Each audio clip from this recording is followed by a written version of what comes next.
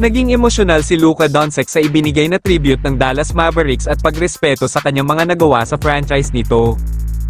Makikita sa mata ni Luka na minahal niya yung team ng Dallas Mavericks bagamat hindi naman ng mga fans or former teammates niya ang naging dahilan sa kanyang paglisa. Naging emosyonal pa rin siya dahil maraming alaala at masasayang pangyayari ang hinarap niya kasama ang Dallas franchise.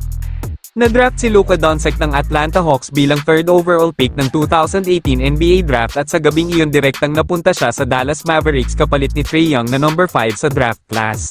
Nag-average si Luka Doncic sa kanyang rookie year ng 21.2 points, 7.8 rebounds and 6 assists. Dahil dyan hinirang siya bilang 2018 Rookie of the Year. Masayahin at palabiro na teammate si Luka Doncic kaya mahal na mahal siya ng kanyang former teammates at maging Dallas Mavericks fans and coaches.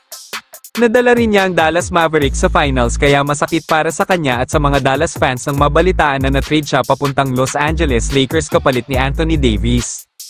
Sa ngayon masaya na si Luka Doncic sa kanyang bagong team na Lakers at shoutout kay Nico Harrison, sinayang mo si Luka dahil ginawan mo lang ng dahilan. Pero move on na tayo dyan at katatapos lang ng laban ng Dallas Mavericks at Los Angeles Lakers, panalo ang Lakers sa score na 112-97.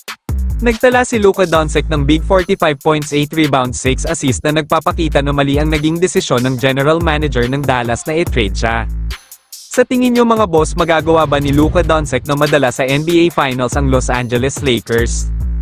At yan ang sports update natin sa pagbabalik ni Luka sa bahay ng Dallas Mavericks. Huwag po sanang kalimutang mag-like, follow at share. Maraming salamat mga boss.